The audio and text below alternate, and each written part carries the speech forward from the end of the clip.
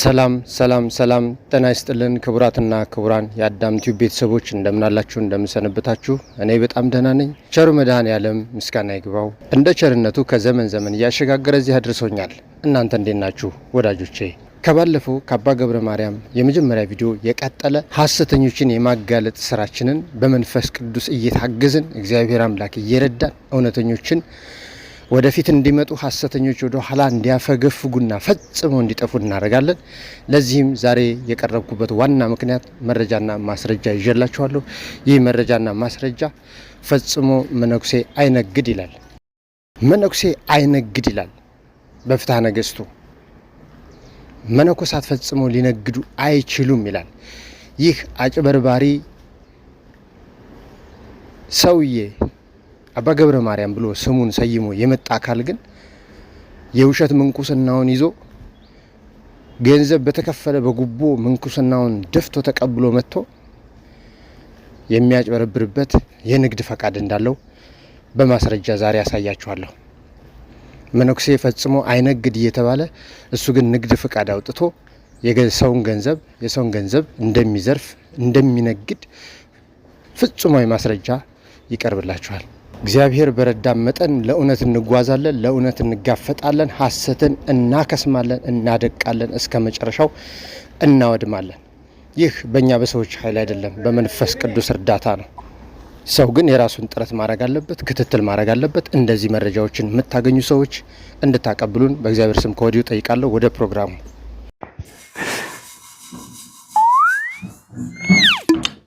በስመ አብ ወወልድ ወመንፈስ ቅዱስ አሐዱ አምላክ አሜን።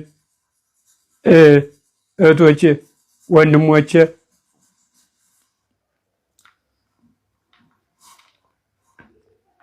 እኔ ምን በድዬ ነው? ምን አድርጌ ነው? ምን አደረገው? ንስሐ ግቡ ከበሽታችሁ ንጹሕ በማለት እንደኔ በእኔ ላይ ግፍ ይሰራል። ምን በድዬ ነው? የእግዚአብሔር አገልጋይ ነኝ ብዬ ነበር። የእግዚአብሔር አገልጋይ እስከሆንኩ ድረስ ምንም ይመጣብኛል ብዬ አንድ ቀን አፍሬም አላውቅም። ግን እኔ ለእኔ ሳይሆንም አዝነው ለእህቶቼ ለወንድሞቼ አዝናለሁ፣ በጣም አዝናለሁ። ለምን እንደዚህ ይደረጋል? እኔን መጥተው ሳይጠይቁ ምንድነው ተየት መጡ ሳይሉኝ ሳይጠይቁ ቪዲዮ መስራት፣ እህቶቼ ወንድሞቼ ማተባቸውን የበጠሱ መስቀላቸውን የበጠሱ ሀላተ ጎደሎ ያሉ የሕፃኖቶች አምላክ የእናቶች አምላክ ይፈርዳል። ምን እላለሁ ሌላ? ለምን እኔ አልቻልኩም። እንግዲህ በእኔ ዳንክ ወንድሜም እህቴም የሚሆንሽ ዛሬ እያንዳንዷን ነገር እየነቀስን እናወጣታለን። አሁን ሲናገሩ እንደሰማችኋቸው በእኔ የዳንክ በእኔ የዳናችሁ እህት ወንድሞቼ፣ ክርስቶስ ኢየሱስ ከፈወሰ ካዳነ በኋላ ምንድን ነው ያለው?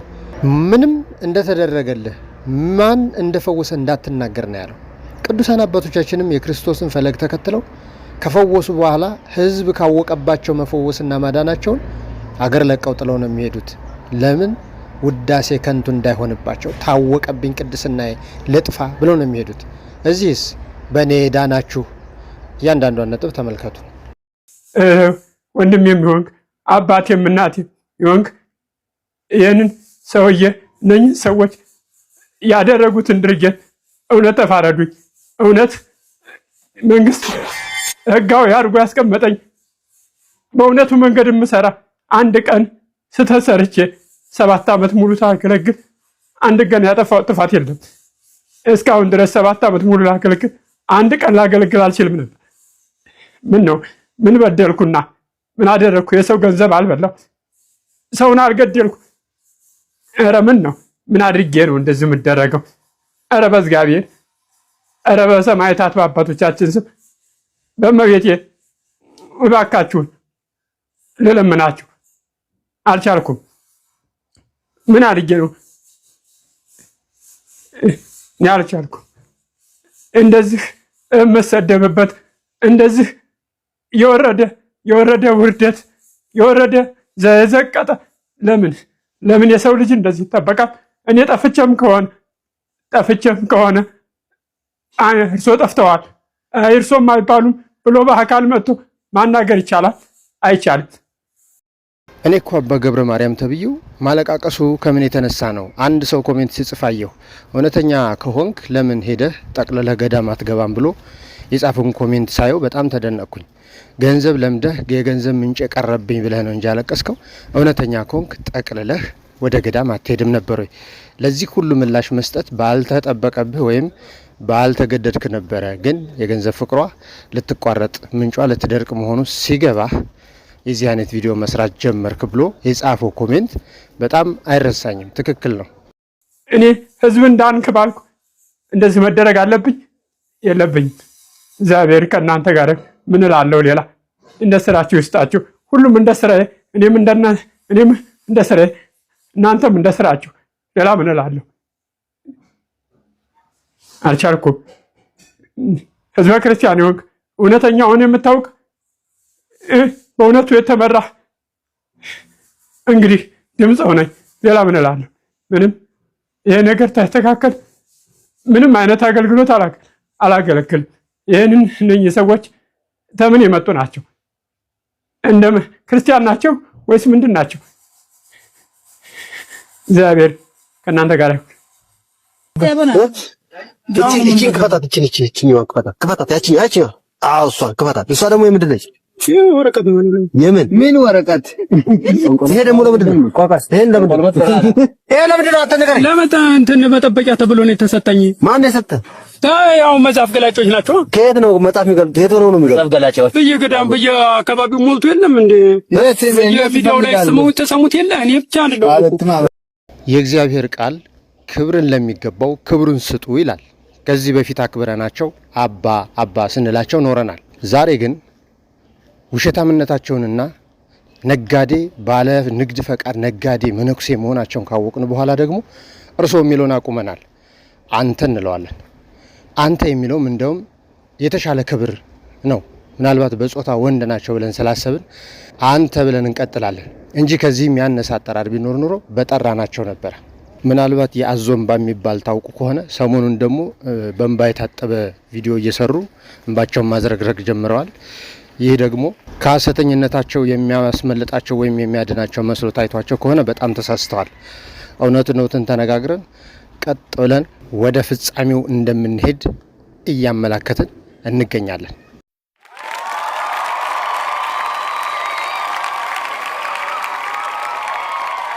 እሺ አሁን ፍትሐ ነገሥቱን ላንብብላችሁ። በፍትሐ ነገሥት ሕግ መሰረት መነኩሴ ከዓለም ተለይቶ ጸሎትና ትጋት ብቻ ሊኖረው ይገባል። መነኩሴ ገንዘብ ለመሰብሰብ ወይም ዓለማዊ ጥቅም ለማግኘት ብሎ በምንም መልኩ ንግድ መስራት እንደማይፈቀድለት ደንብ ይደነግጋል ይላል በመጀመሪያ። ሲቀጥል የመነኮሳት ንግድና አኗኗራቸውን ደግሞ በዝርዝር ሲያሳይ በመጀመሪያ ከዓለም መለየት ነው ይለናል። ከዓለም መለየት ሲል መነኩሴ ማለት ከዓለማዊ ሀሳብና ንግድ የራቀ ሰው ማለት ነው ብሎ አስቀምጦታል። በቀጣይ የእጅ ስራን በተመለከተ ደግሞ መነኮሳት ከተቻለ ራሳቸውን ለመደገፍ ጥቃቅን የእጅ ስራዎችን ለምሳሌ እንደ ቆብ መስፋት ያሉትን ይሰራሉ እንጂ ዓለማዊ የንግድ ልውውጥ ውስጥ አይገቡም ይላል። በመጨረሻ ደግሞ የዚህ ሕግ ዓላማ ምንድን ነው ብሎ ሲያስቀምጥ የንግድ ፍቅር የገዳምን ሕይወት ስለሚያጎድፍ መነኮሳት ከዚህ እንዲጠበቁ ይከለክላል ይላል። እንግዲህ ፍትሐ ነገሥቱ ነው ይህን የሚለው።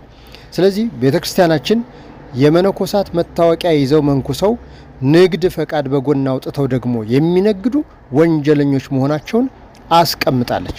ስለዚህ የሚመለከታቸው አካላት ይህንን ነገር እንዲከታተሉት የማድረስ ኃላፊነት የኛ ይሆናል ማለት ነው።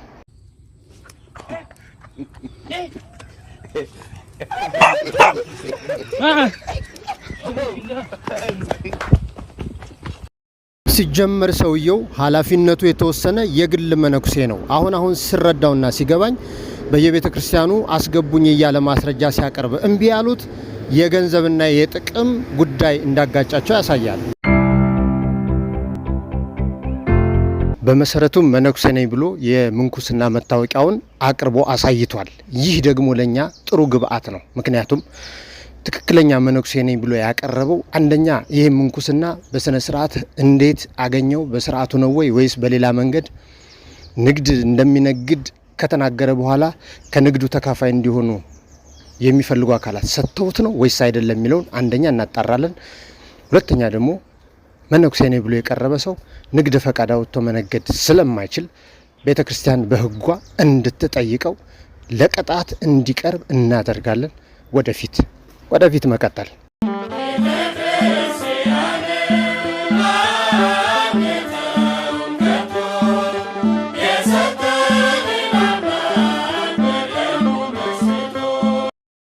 የነ አባ መቃርስን የነ አባ እንጦንስን ክብር እንዲህ አድርጎ በድፍረት ማቃለል በጣም ጸያፍ ነው።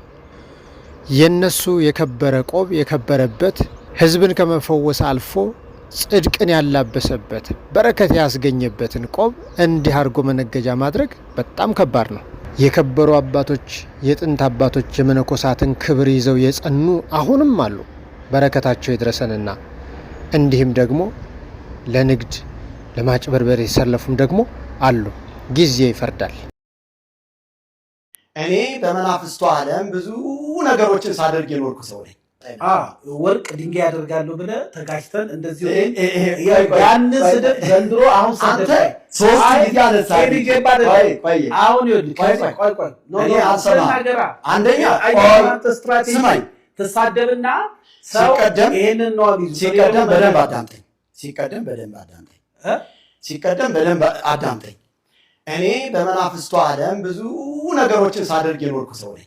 ስማኝ፣ ይሄ ማንን ፈርቼ ነው አሁን እዚህ ጋር እንደዚህ ታደርግ ነበር እንዴት ል ነበር ምናምን እያልክ እኔን ልታሸማቅቀኝ የምትፈልገው? ማንንም አልፈራም ከጌታ ውጭ።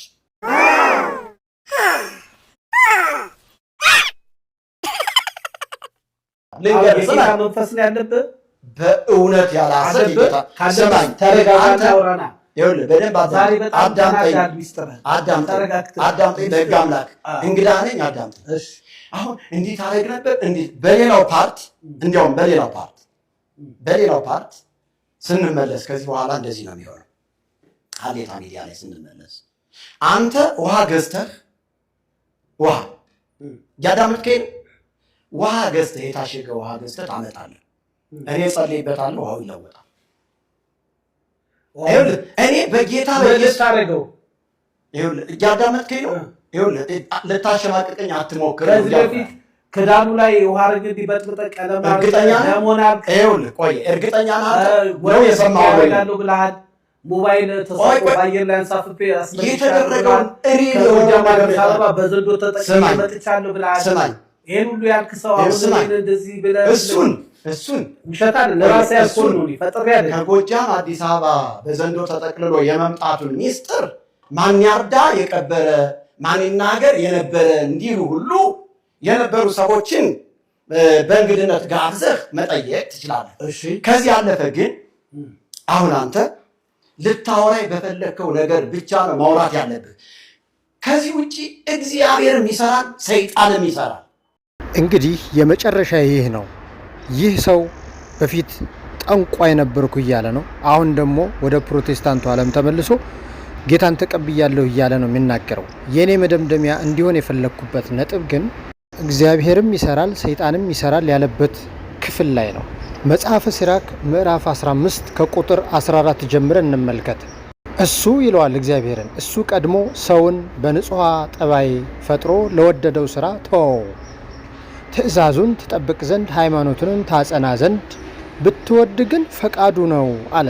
እጅህን የመረጥከው ትጨምር ዘንድ እነሆ እሳትና ውሃ በፊትህ አኖራለሁ አለ። ሞትና ሕይወትም በሰው ፊት ነው፣ ከነሳቸው የመረጠውን ሥላሴ ይሰጡታል ይላል። የእግዚአብሔር ጥበብ ብዙ ነውና እውቀቱም የጸና ነውና ሁሉን ያውቃል ይላል። ስለዚህ እኔም እመክራችሁ ሁሉን ወደሚያውቅ ወደ እግዚአብሔር መሄድ እንጂ ነገሮች ሁሉ ከተቀዱት ወይም ከተፈጥሮ ላይ ገልብጦ ክፉዎችን በክፉዎች አቀናጅቶ ከሚያሳያቸው የሰይጣናዊ መዳን መንገድ ይልቅ የእግዚአብሔር መንገድ ይበልጣል እላለሁ እኔ። አይኖቹም የሚፈሩትን ሰዎች ይመለከታሉ፣ እሱም የሰውን ስራ ሁሉ ያውቃል ይላል።